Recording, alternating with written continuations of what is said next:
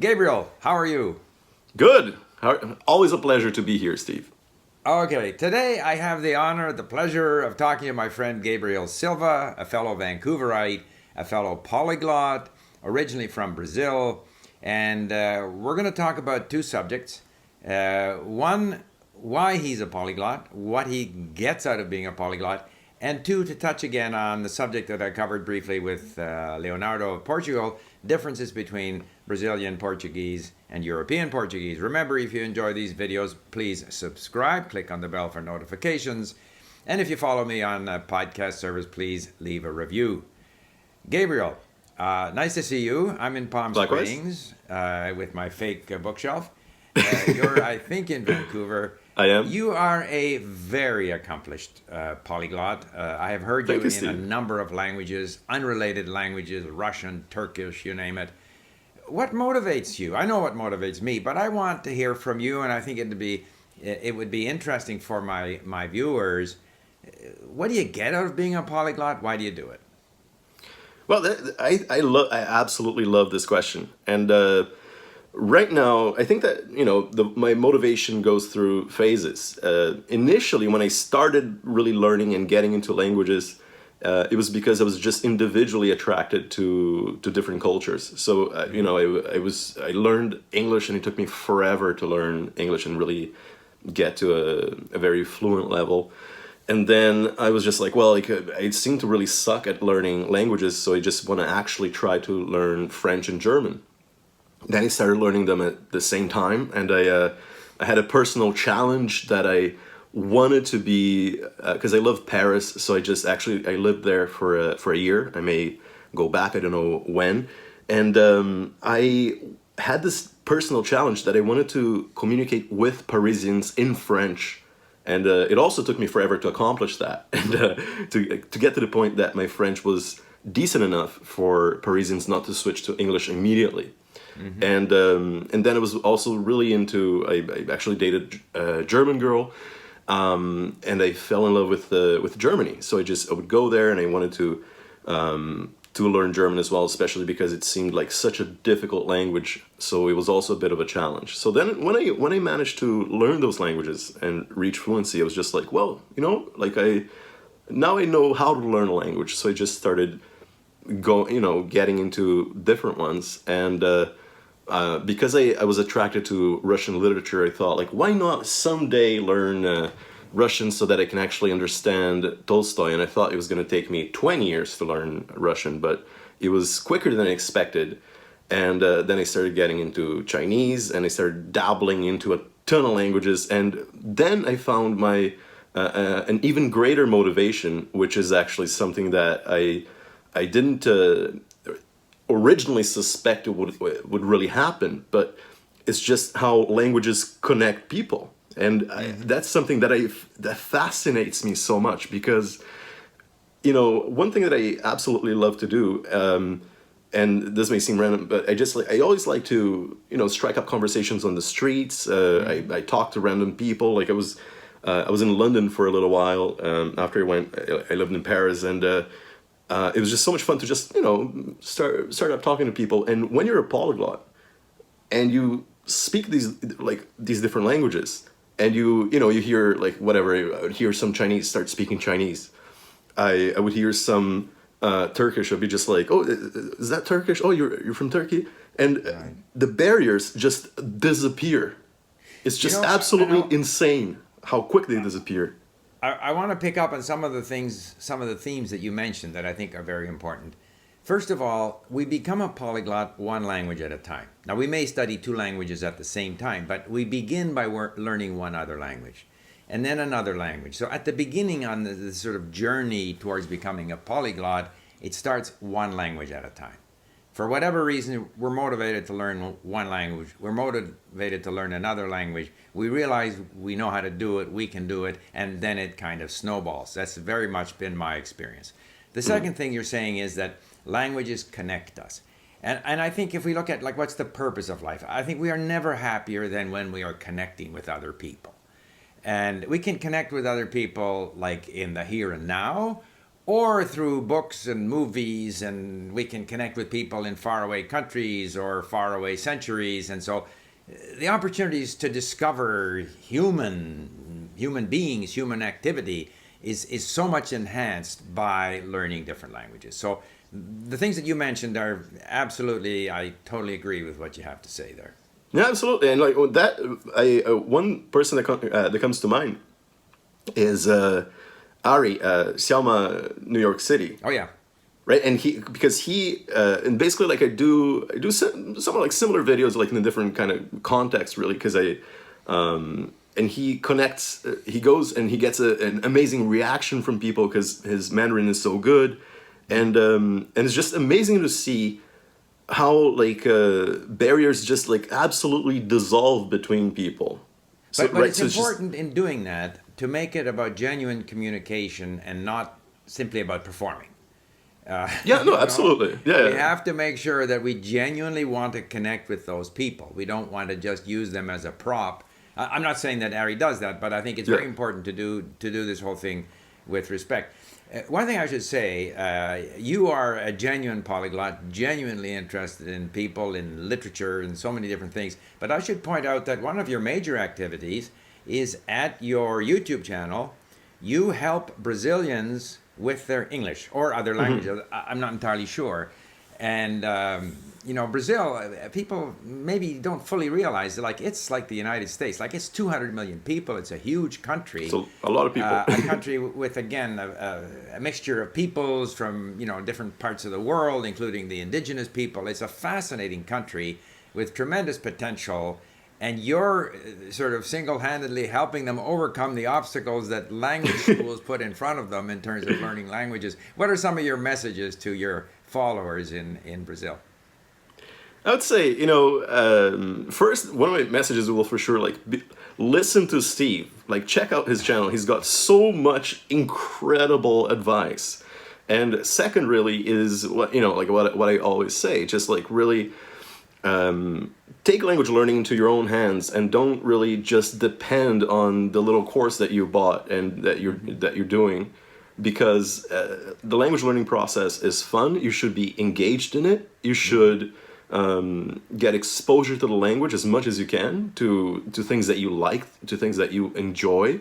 And because a lot of students really have this passive attitude towards learning a language, especially in Brazil.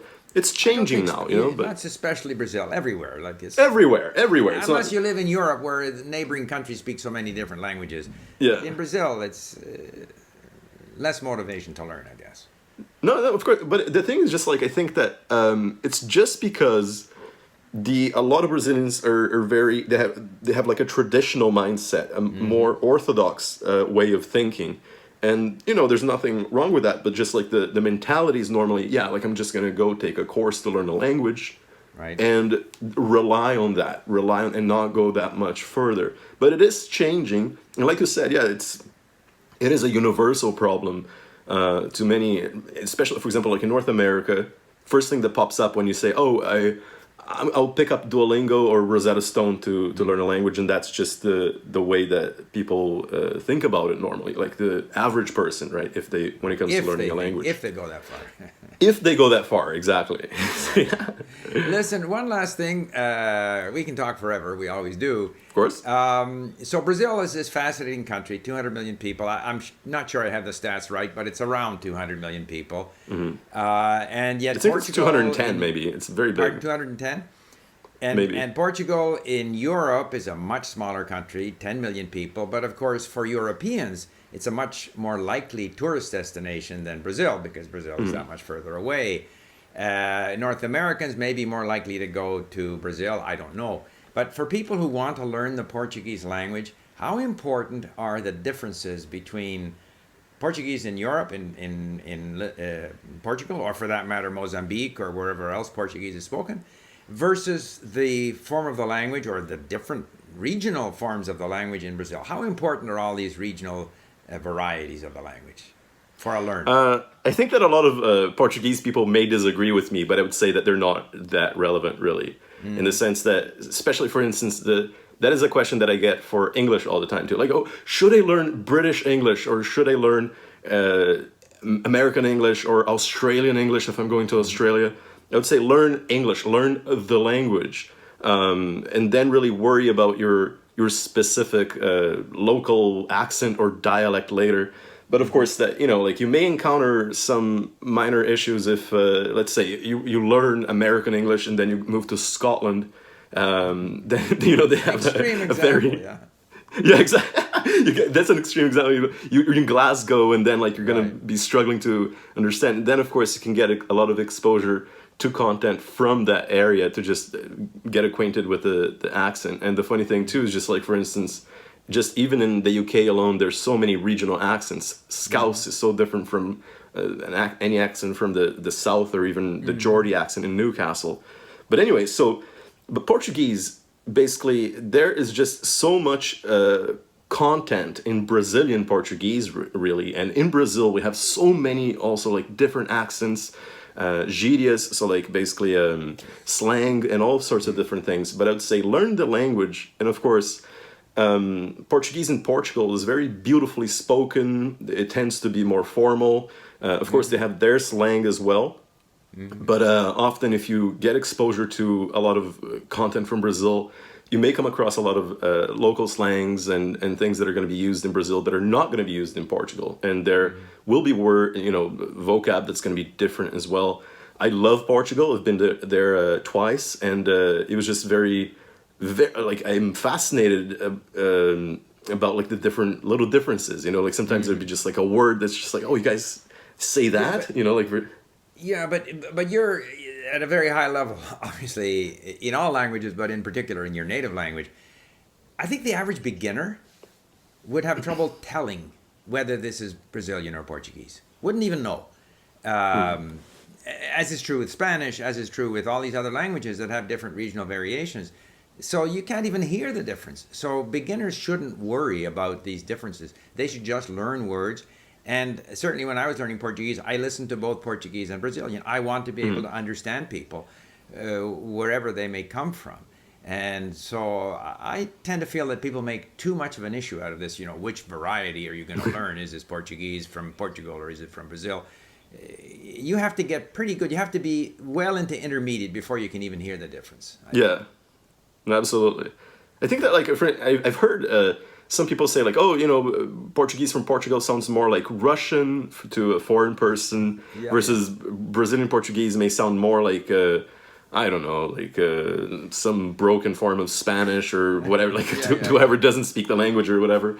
But I think that Steve, you're absolutely right, because you need to learn the language. Then if you just really want to focus on a specific area, let's say that you're learning Portuguese, and then you want to move to Lisbon, or you want to move to Porto, or versus São Paulo or Bahia, like you can then later worry about the regional accents, the regional like slang, way later in the game. If you really don't know the language at all, you may think Portuguese sounds like Russian. Once you know words, you're more focused on the words, and at that point the differences become less important. If you don't know the language at all, you would think that Greek and Iberian Spanish are the same language, because they have the same sounds. The same sounds, but they don't have the same words at all. But once you know the words, it's hard to tell if the person is Mexican or Spanish, because you're now focused on the words. And overwhelmingly in Portuguese, like from Europe or from Brazil, it's the same words and it's the same grammar, period. More or less.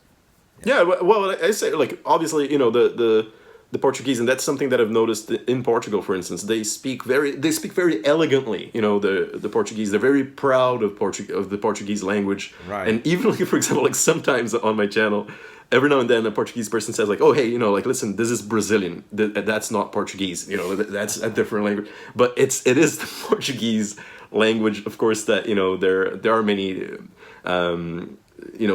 Differences in terms of especially vocab in the long run, but when it comes down to it, it is the same language essentially. Right. And it's the same. For example, like let's take Spanish for instance.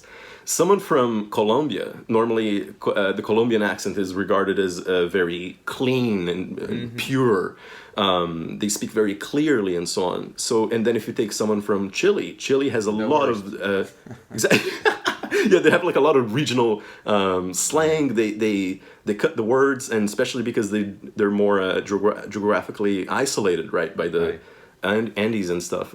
Andes in Portuguese, I don't know. Yeah. So so then if you if you're gonna move to Chile, you're gonna learn Spanish anyway. Then later when you're like you said, when you're at an intermediate level, Right. then you're gonna be really wanting to focus on the regional accent and so on. Right. But it is the Spanish language. It doesn't Trouble really, with Gabriel is that we always agree on everything. So on that point of agreement, learn Portuguese. It's a wonderful language. There's, I don't know, 250 million speakers around the world. Just learn the language. Don't worry about which version, and that applies to whether you're learning Portuguese or Spanish or French or English or Chinese or any other language.